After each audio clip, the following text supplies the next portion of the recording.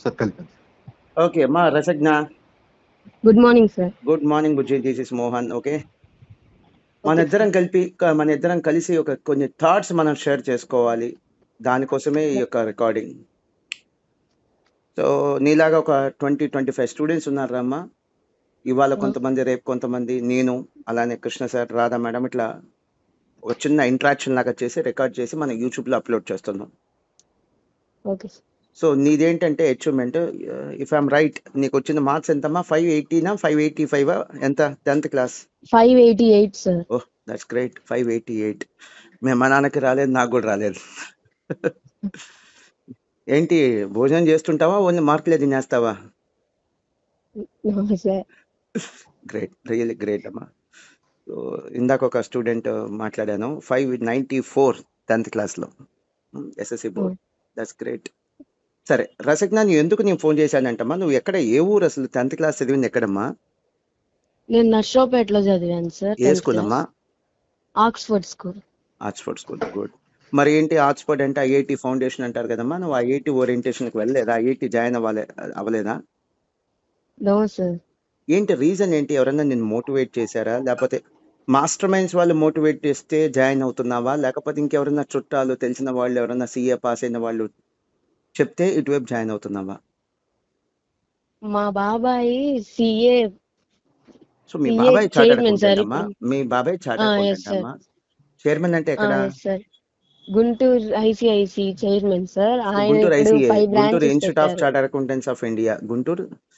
మన ICA CA chapter యొక్క branch chairman అమ్మ మీ బాబాయ్. Yes sir. ఎవరు? రవితేజ బాబు. రవితేజనా? మా first batch student. So Ravi చెప్తే జాయిన్ అయ్యావు అంతేనా? ఆయన చూసి ఇన్స్పైర్ అయ్యాను. Very good, very good, very good. మీ ఎవరు చెప్పలేదు మరి? మీ చుట్టుపక్కల చాలా మంది కాలేజ్ వాళ్ళు అడుగుంటారు ఐఐటి జాయిన్ అవ్వు, మెడిసిన్ జాయిన్ అవ్వు అని. ఎందుకు వీళ్ళని చూసి ఇన్స్పైర్ అయ్యాను కదా? రవిని చూసి ఇన్స్పైర్ అయ్యావు కదమ్మా. మరి ఐఐటి కానీ మెడిసిన్ కానీ అది కూడా బాగుంటాయి కదా, మంచి కోర్సులు కదా, ఎందుకు వద్దు అనుకున్నావు? అవి బాగుంటాయి సార్, కానీ నాకు సిఏ మీద ఇంట్రెస్ట్, అందుకని. సో అవేం తక్కువ కదా, అవి బాగుంటాయి, బట్ సీఏ మీద ఇంట్రెస్ట్. ఏంటి సీఏలో అడ్వాంటేజ్ ఏంటి మరి? బై చాయిస్, నేను సీఏ అనేది బై ఛాన్స్ కాదు సార్, బై చాయిస్ జాయిన్ అని అంటున్నావు కదా, ఏంటి అడ్వాంటేజ్ ఏంటి సీఏలో? ఏమనిపించింది నీకు? నీకేం అర్థమైంది? అంటే ఇప్పుడు ఆయన ఒక 5 బ్రాంచెస్ వరకు పెట్టారు సార్, నాకు కూడా అలా ఒక బ్రాంచ్ పెట్టాలి అని ఉంది. సో సీఏ ప్రాక్టీస్ లో 5 బ్రాంచెస్ పెట్టారు మీ బాబాయ్. ఐఐటి జాయిన్ అయితే లేదా మెడిసిన్ జాయిన్ అయితే, మనం డాక్టర్ జాయిన్ అయితే మనం కూడా సాధించవచ్చు కదా, అవి కూడా మంచి కోర్సులే కదా. ఇప్పుడు ఎంపీసీ తీసుకున్న ఐఐటి చేసినా మంచి కెరీర్ ఉంటుంది, మంచి సక్సెస్ ఉంటుంది.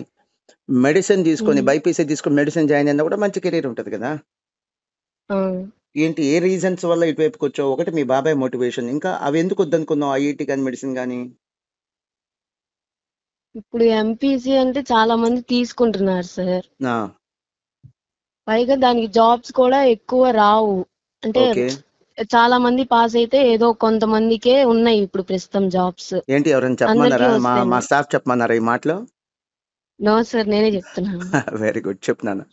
నువ్వేం చెప్పాలనుకున్నా అదే చెప్పాలి, తప్పైనా పర్లా. నువ్వేం చెప్పాలనుకున్నా అదే చెప్పమ్మా.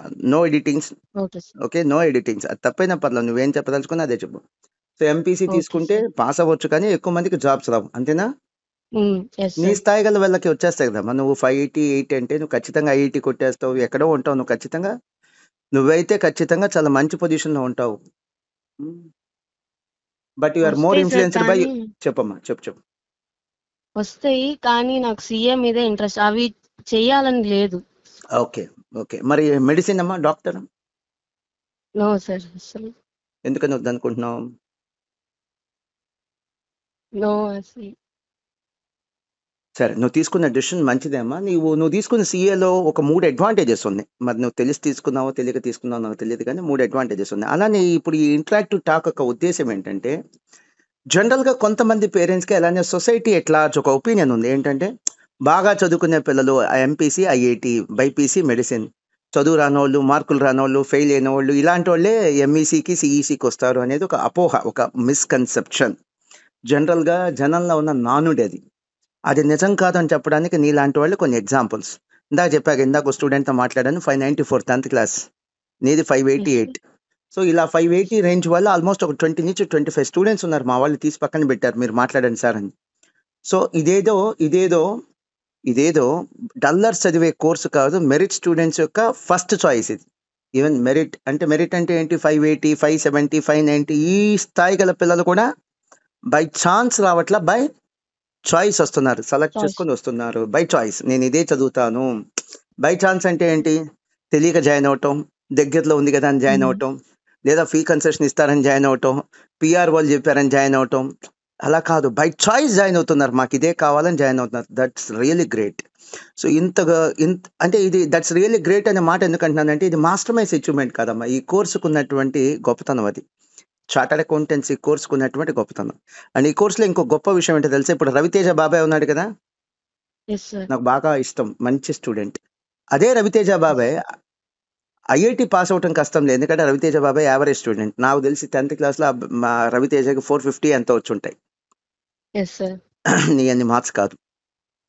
కానీ సిఏ చెప్పాడా నీకు, రవితేజ బాబాయ్ అన్ని ఫస్ట్ అటెంప్ట్, ఎస్ సార్ ఏది చెప్పారు. సెకండ్ అటెంప్ట్ కాదు, ఇంక్లూడింగ్ ఫైనల్. నేను ఫైనల్ కూడా చెప్పా రవితేజకి, నా స్టూడెంట్ రవితేజ. సో అన్ని ఫస్ట్ అటెంప్ట్. 10th క్లాస్లో రవితేజకి మేబీ 450, 470 ఆ రేంజ్లో వచ్చి ఉంటాయి, నాకు ఎగ్జాక్ట్లీ గుర్తులేదమ్మా. బట్ ఎక్కువ మార్క్స్ అయితే కాదు, తన యావరేజ్ స్టూడెంటే. సో రవితేజ కనుక ఐఐటి పాస్ అవ్వలేడు, కానీ బీటెక్ పాస్ అవ్వగలిగా రవితేజ, చేస్తే పాస్ అవ్వలేడా ఇంజనీరింగ్? చేయగలరు సార్. ఖచ్చితంగా చేయగలడు, బాగా చదవగలడు, ఖచ్చితంగా చేయగలడు. పాస్ అయిన తర్వాత జాబ్కి బెంగళూరు, చెన్నైయో, హైదరాబాదో, లేదా అమెరికానో, కెనడానో, ఆస్ట్రేలియానో వెళ్ళాలి. కానీ ఈ రోజున సీఏ చేసి తను ఇక్కడ ఉండటం వల్ల హ్యాపీగా ఏముంది, వాళ్ళ అమ్మా నాన్న దగ్గర ఉంటున్నాడు, తను పుట్టిన ఊర్లో ఉంటున్నాడు, డీసెంట్గా సంపాదిస్తున్నాడు, మంచి పేరు ఉంది, డీసెంట్గా సంపాదిస్తున్నాడు, నీలాంటి వాళ్ళు ఎంతో మందికి మోటివేట్ చేస్తున్నాడు. ముందు హ్యాపీగా అమ్మా నాన్నకి అందుబాటులో ఉంటున్నాడు, అది పెద్ద అడ్వాంటేజ్ కదా.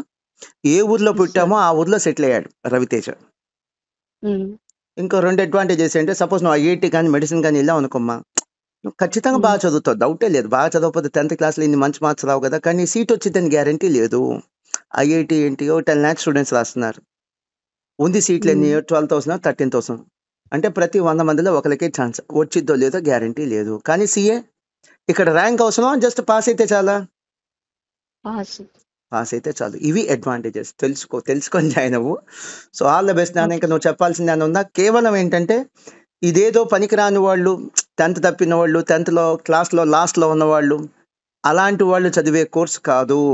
ఇక్కడ కూడా మెరిట్ స్టూడెంట్స్ వస్తున్నారు, చాలా మంది మంచి మెరిట్ స్టూడెంట్స్ వస్తున్నారు. 550, 560, 570, 580, 590.